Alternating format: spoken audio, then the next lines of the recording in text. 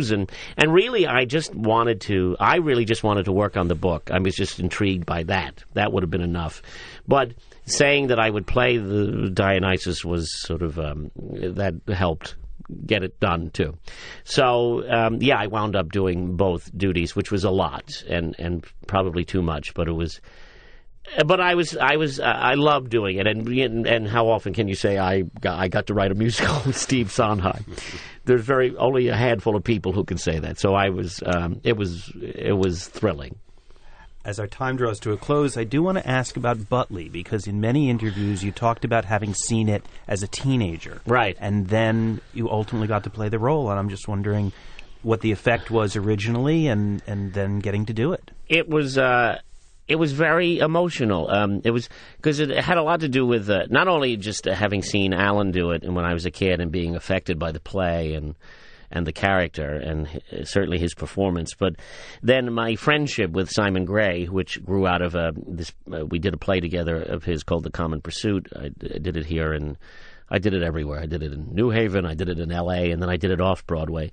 And that's how we became friends, and he was the one who sort of suggested that I should do the part someday. And so, and then for some reason it didn't work out. We were going to do it at one point, and then it didn't happen. And then eventually, I did it at my friend Nicky Martin was at the time running the Huntington Theater in Boston, and we did it there, and it went very well. And then there were other things I had to do, and then we finally brought it into New York, and I was very grateful. Look, it's a difficult play, and a challenging play for an audience as well as for the actors.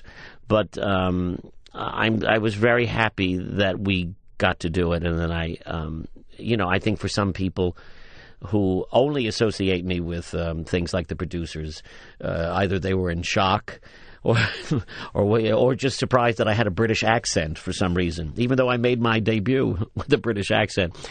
But for me, it was really a wonderful challenge and a thrill to do it in New York. And I love the material. I love that it's a painful play. It's about someone who's so incredibly self-destructive, and he drives everyone away. I'm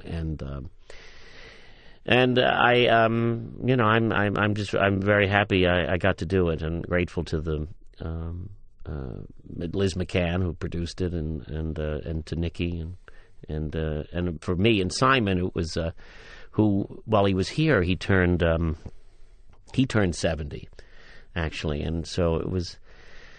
And we were saying, when he met me, he was the age I am now, and so it was just an incredible bookend to our working relationship and friendship.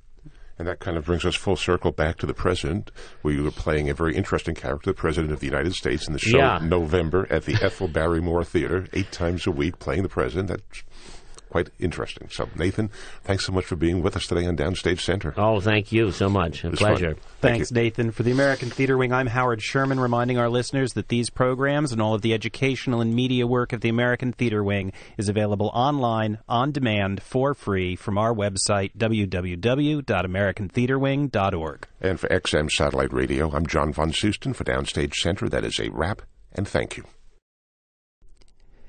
The American Theater Wing encourages all of our podcast fans to share our programs with friends and colleagues, but we remind you that any commercial distribution, commercial use of our programs, or program modification is prohibited without our express permission. We appreciate your cooperation and invite you to contact us with any questions. Thanks for listening.